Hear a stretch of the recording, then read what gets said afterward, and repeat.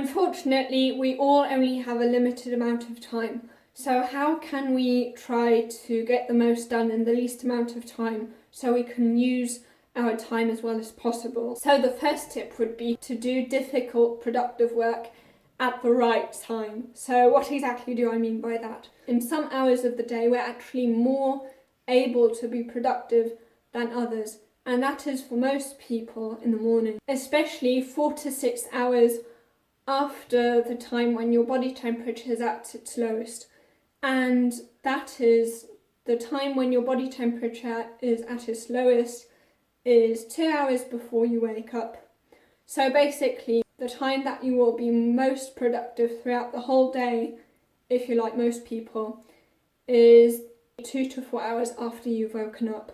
And that is because dopamine and norepinephrine are the highest in the morning, and norepinephrine and dopamine are extremely important for focus, and dopamine is also very, very important for motivation. And then the second would be to have a deadline, because it usually takes us as long as the time that we actually give ourselves to do a certain task.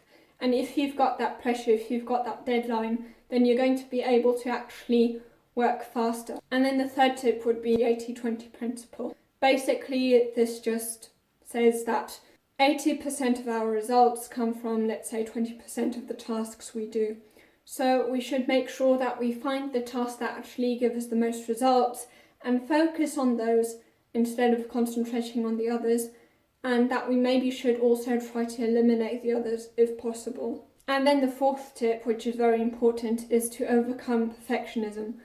Dan Sullivan has come up with this rule called the 80% rule, which basically means that you don't wait until you feel like what you're doing is 100% perfect.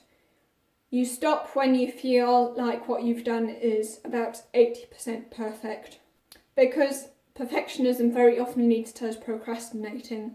And if we concentrate on just being good, because that is actually better for our workflow, because done, even if it's not perfect, is better than having this perfect picture in your head and not getting it out, because you're trying to refine the idea you have in your head and then you don't ever take action on that idea. Tiago Forte once said something that was very interesting, and he said that the learning research phase, it's necessary, we need to do it, but most people, they do it for way too long.